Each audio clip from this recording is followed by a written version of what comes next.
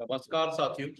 सफल आईएएस में आपका हार्दिक स्वागत है। और रोज की तरह आज एक नए मुद्दे को लेकर आपके सामने हाजिर हैं। और आज जो मुद्दा हमारे सामने है, इससे प्री से क्वेश्चन बनेंगे।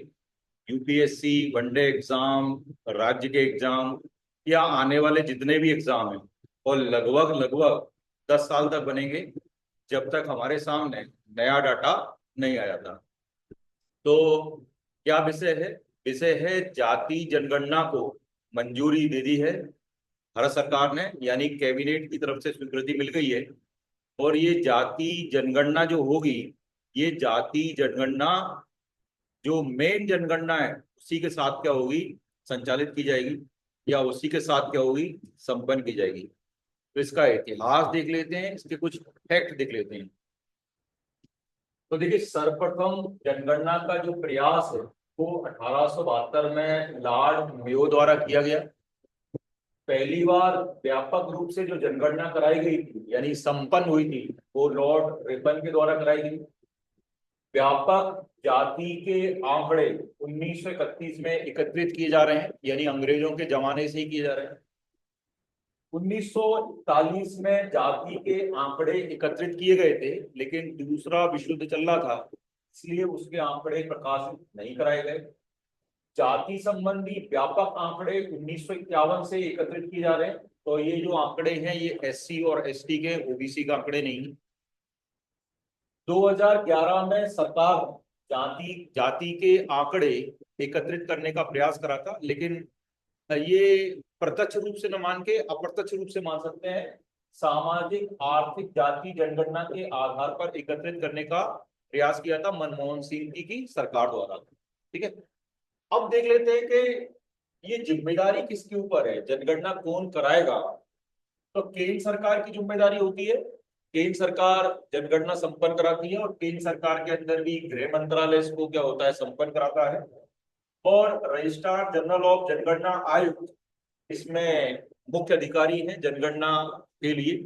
और आपको ये भी पता होगा, जब जनगणना होती है तो जिले का जो कलेक्टर होता है, वो जिला जनगणना अधिकारी क्या होता है उसका, कलेक्टर का एक काम ये भी है। तो वर्तमान में श्री मृत्युंजय कुमार नारायण, ठीक है, रजिस्ट्रार जनरल जनगणना आयुक्त की पोस्ट में है। अब हम देखते हैं कि जनगणना की जरूरत क्यों पड़ती है, या जनगणना की जरूरत, जाति जनगणना की जरूरत क्यों पड़ी।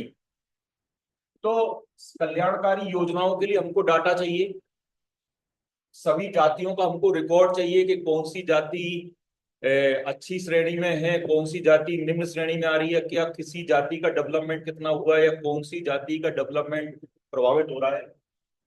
जातियों के अंदर गरीबी की स्थिति क्या है, या पूरे देश के अंदर गरीबी की स्थिति क्या है, पूरे देश के अंदर बेरोजगारी की स्थिति क्या है। इसको ऐसे समझ लीजिए कि अब पहले हम एक सामान्य डाटा इकट्ठा करते थे, लेकिन अब जो हमारे पास जो डाटा इकट्ठा होगा, वह कास्ट वाइज डाटा भी क्या होगा, इकट्ठा होगा। ईडब्ल्यूएस यानी जो सामान्य श्रेणी के ऐसे लोग जिनकी आर्थिक स्थिति कमजोर है, उनको जब से आरक्षण मिला है, ओबीसी के अंदर एक बड़ा हलचल ये है कि ओबीसी कास्ट में या ओबीसी संख्या में ज्यादा है, उस अनुपात में उनको आरक्षण का लाभ नहीं मिल रहा। तो राजनीतिक रूप से राहुल गांधी जी ने भी इस मुद्दे को क्या हुआ, कई बार उठाया कि हम जाति जनगणना कराएंगे। पहले मोदी सरकार ने मना करा था, लेकिन अब मोदी सरकार इसको करने पे राजी है। ठीक है। सरकार के पास एससी एसटी के तो आंकड़े उपलब्ध है, ठीक है, लेकिन ओबीसी का कोई भी आंकड़ा सरकार के पास उपलब्ध नहीं है। तथ्य क्या है इसके बाद, आजादी के बाद पहली बार ऐसी जनगणना जाति के बाद कराई जाएगी। तो आजादी के बाद पूरी जातियों की पहले, क्योंकि पहले हमने जब देखी तो उसमें हो सकता है एससी का था, हो सकता है एसटी का है, लेकिन आजादी के बाद, अंग्रेजों ने तो पहले कराई, आजादी के बाद पहली बार ऐसा होगा कि हम ऐसी जनगणना क्या हो रहे हैं, करा रहे हैं। इसके जो आंकड़े हमारे पास 2026 2027 में क्या होंगे, उपलब्ध हो जाएंगे अंतिम आंकड़े।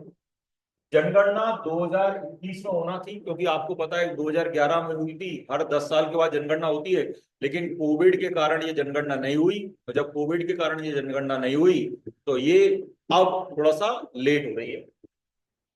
मंडल आयोग ने 1980 में ये अनुमान से बताया था एक आंकड़े के माध्यम से कि देश में उस समय जो जनसंख्या है ओबीसी की वो 52% है। एनएसएसओ में 2000 संख्या में जनसंख्या 41% बताई है। अगर एससी एसटी का आरक्षण देख लें अभी केंद्र में तो 22.5 है, और केंद्र में ओबीसी के आरक्षण को देखें तो 27% आरक्षण है। अब इसमें हो सकता है मेंस में भी कुछ पूछे तो क्या होगा इससे जनगणना से। तो पहली बार तो ये है कि कास्ट का जो आंकड़ा है वो बिल्कुल क्लियर डाटा हमको मिलेगा, देश के अंदर कितनी कास्टें हैं और कितनी कास्टों में किस कास्ट की क्या स्थिति है, एक डाटा।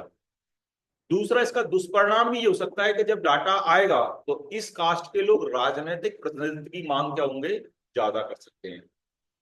साथ में आरक्षण के मामले में भी प्रश्न उठा सकते हैं कि जो 50% आरक्षण की जो स्थिति है उसको किस प्रकार से और किसी को देना है, घटाना है, बढ़ाना है, इसकी डिमांड भी क्या होगी, उठेगी।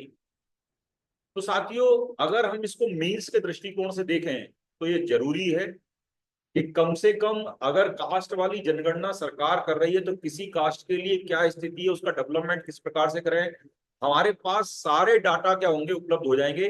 तो जो भ्रम है कि इसका विकास हुआ, इसका विकास हुआ, ये पीछे रह गया, ये आगे निकल गया, इस प्रकार के सारे भ्रम क्या होंगे, दूर हो जाएंगे। तो साथियों, आपका बहुत बहुत धन्यवाद।